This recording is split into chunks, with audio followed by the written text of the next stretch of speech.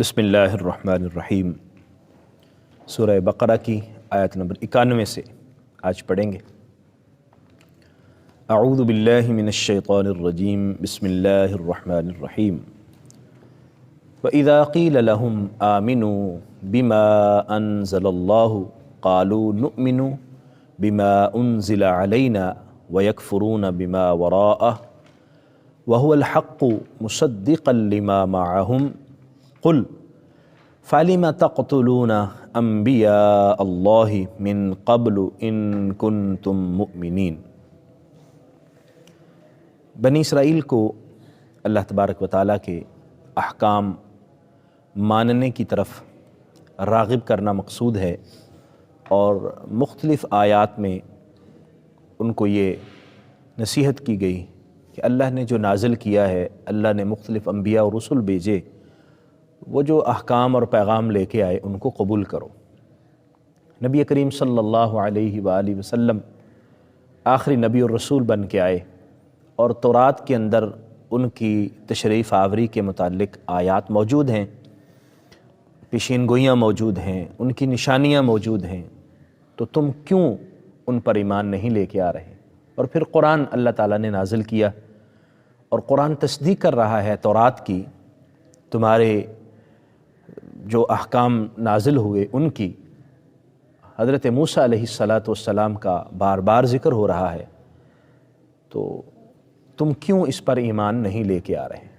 تو یہاں ان کی جو گفتگو ہے، ان کی جو باتیں ہیں، اس کو بیان کیا جا رہا ہے۔ وَإِذَا قِيلَ لَهُمْ، اور جب انہیں یہ کہا جائے آمنو، کہ تم ایمان لے آؤ، بما انزل اللہ، اس پر جو اللہ نے نازل کیا، قالو، تو وہ کہتے ہیں نؤمنو، ہم ایمان لائیں گے، بما انزل علینا، اس پر جو ہم پر نازل ہوا، ویکفرون بما وراءہ، اور ہم انکار کریں گے اس کے علاوہ کسی بھی چیز کا۔ جو ہم پر تورات نازل ہوئی ہم اس کو تو مانیں گے، اس کے علاوہ ہم کوئی چیز نہیں مانیں گے، ہر چیز کا انکار کریں گے۔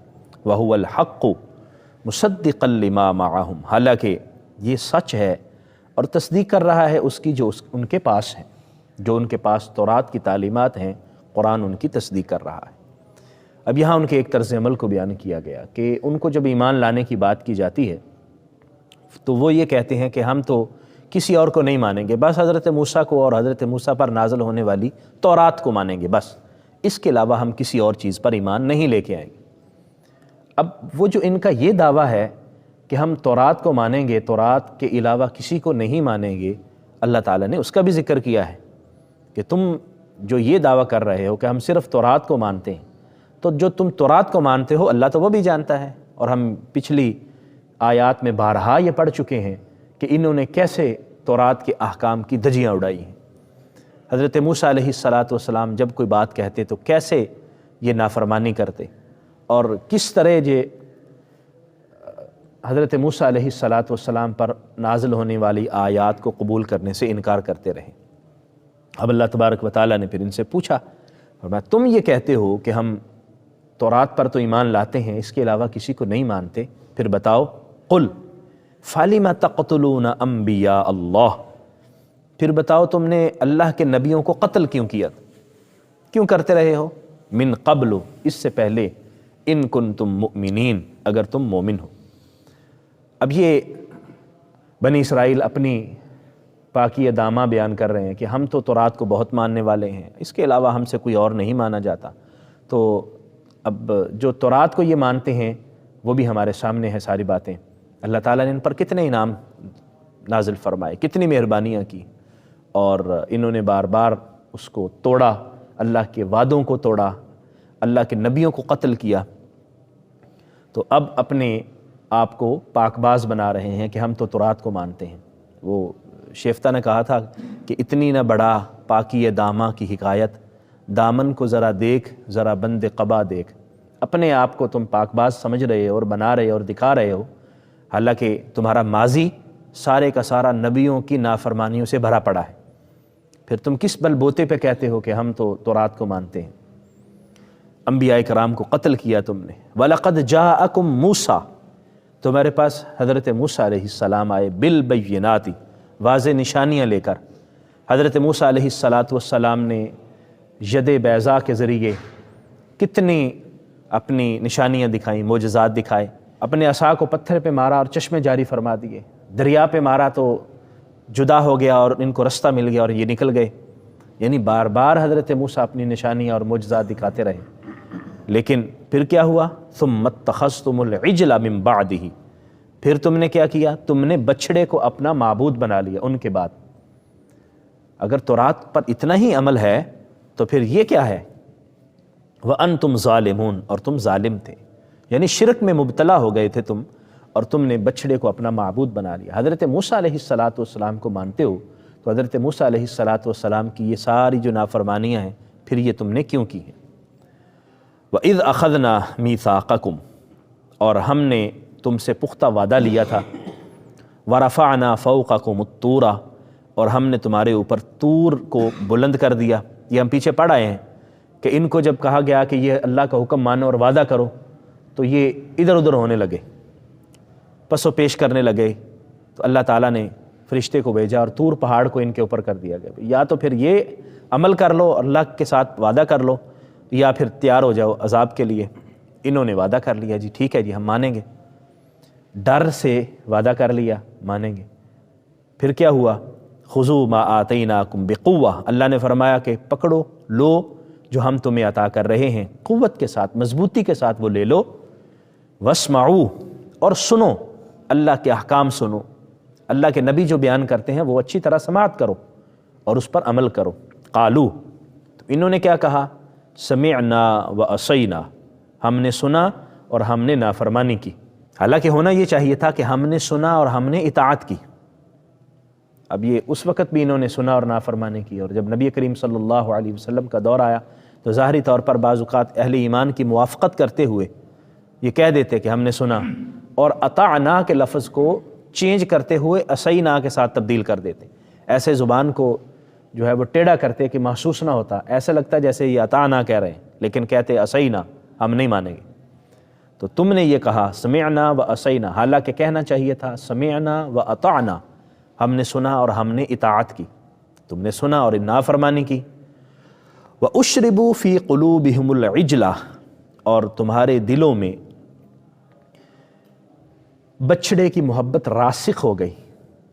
اشربوا فی قلوبہم العجل، بچھڑے کی محبت رچ بس گئی، بکفرہم، ان کے کفر کی بدولت، ان کے دلوں میں بچھڑے کی محبت راسخ ہو گئی یا رچ بس گئی، بکفرہم، ان کی کفر کی وجہ سے۔ کفر مین انکار کرنا، اور جب بھی نبی ان کے پاس آئے ان کو کوئی اللہ کی شریعت بتائی، اللہ کے احکام بتائے، انہوں نے انکار ہی کیا اور طرح طرح کے ہیلوں بہانوں سے اللہ کے احکام کو نہ مانتے رہے۔ قل، فرما دیجئے، بئس ما یأمرکم بہ ایمانکم، کتنی بری چیز ہے جس کا حکم دے رہا ہے تمہارا ایمان۔ یعنی تم یہ مومن ہو، تم کہتے ہو ہم ایمان والے ہیں اور مومن ہو، تو کیا تمہارا ایمان تم کو یہ حکم دیتا ہے کہ تم نبیوں کی بات نہ مانو؟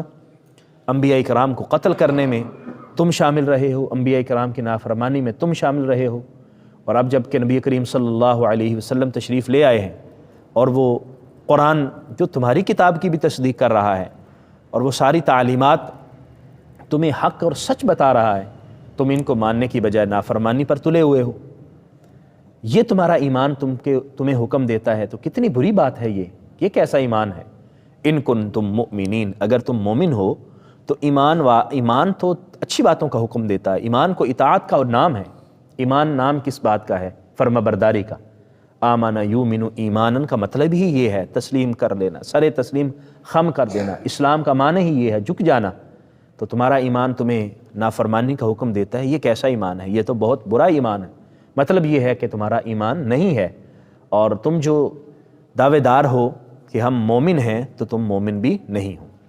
ان آیات مبارکہ سے ہمیں یہ پتہ چلا کہ اللہ تبارک و تعالیٰ کے احکام پر صرف یہ کہہ دینا کہ ہم مانتے ہیں یا ہم فلاں فلاں چیز کو مانتے ہیں، اور عملی طور پر کوئی کام نہ کرنا اللہ کو یہ پسند نہیں ہے۔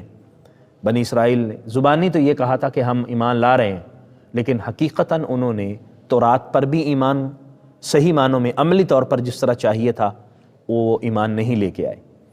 اسی طرح بعد میں انبیاء کرام کی تعلیمات کو بھی انہوں نے قبول نہیں کیا۔ نبی کریم صلی اللہ علیہ وسلم کی تشریف آوری پر حضور پر بھی ایمان نہیں لے کے آئے، اور پھر اللہ تبارک و تعالیٰ نے ان کے اس دعوے کو رد فرمایا جو یہ کہتے تھے کہ ہم مومن ہیں۔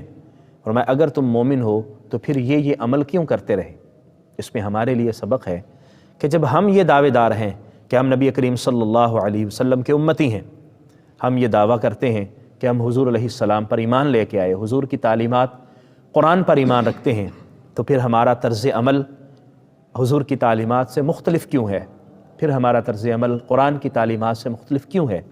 پھر اس معاشرے کے اندر برائیاں کیوں ہیں؟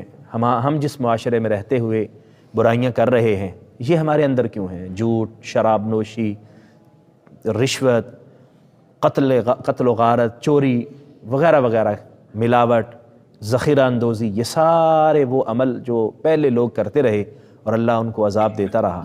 ہم اگر یہ دعویٰ کرتے ہیں کہ ہم نبی کریم صلی اللہ علیہ وسلم کے امتی ہیں اور حضور پر ایمان رکھتے ہیں، قرآن پر ایمان رکھتے ہیں، تو پھر ہمیں اپنے کردار کو بہتر کرنا ہے اور ہمیں ان گناہوں میں مبتلا نہیں ہونا جن میں بنی اسرائیل مبتلا رہے یا پہلی قومیں مبتلا رہیں اور اللہ کی ناراضگی کا باعث بنتی رہیں۔